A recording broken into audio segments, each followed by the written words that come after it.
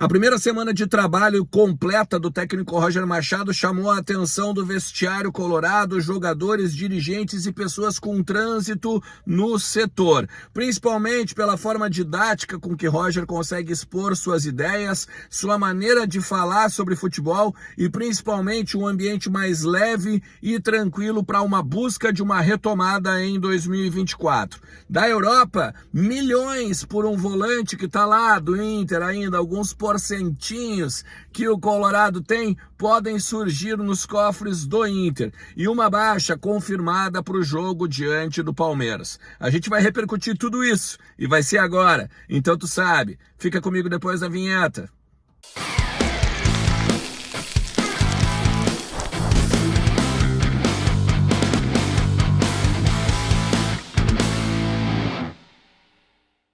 Fala Colorado, fala Colorada, como é que vocês estão? Tudo beleza?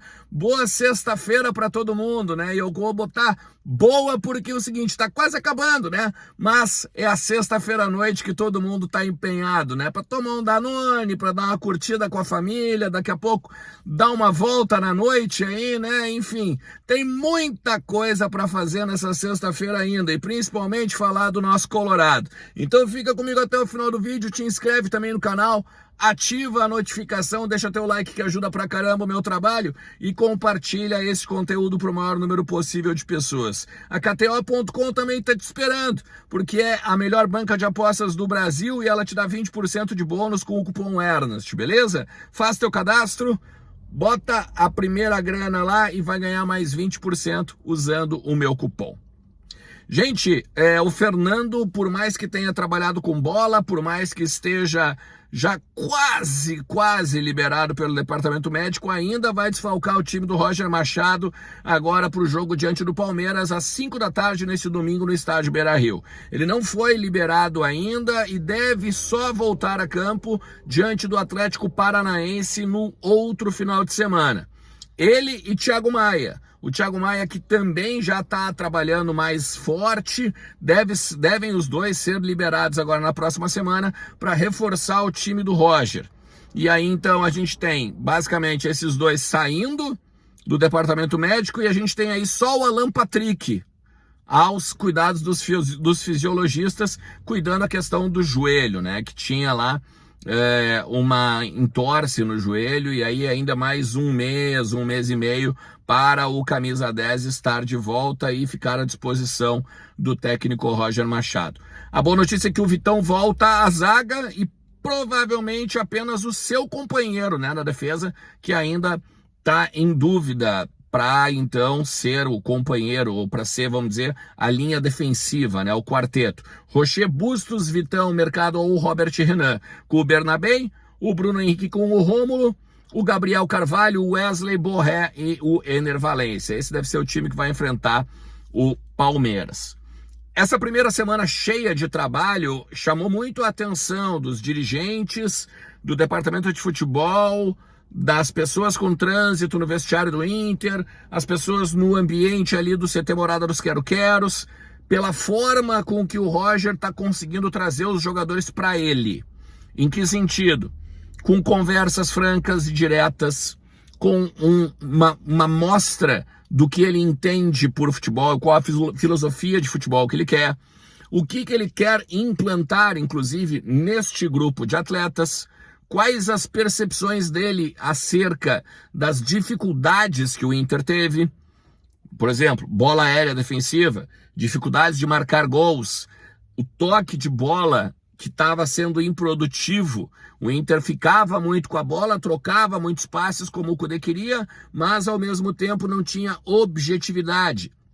Essa objetividade foi trabalhada nos treinos da semana. Além disso, ele consegue trazer o jogador para ele quando ele chama o jogador para um canto e conversa com ele em particular, apontando questões, falando sobre possibilidades do futuro, falando o que ele, Roger, espera dos atletas.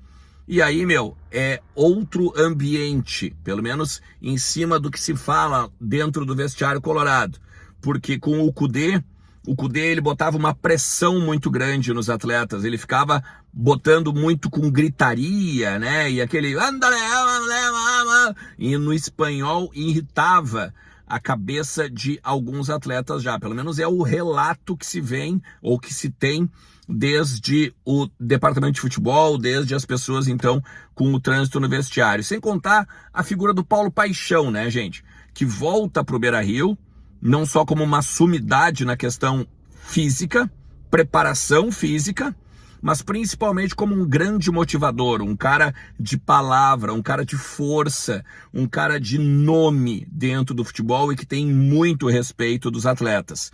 Então, essa dobradinha é muito celebrada nessa semana que tem cheia para trabalhar e na outra semana também, né? Porque o Inter joga só depois contra o Atlético Paranaense no próximo final de semana.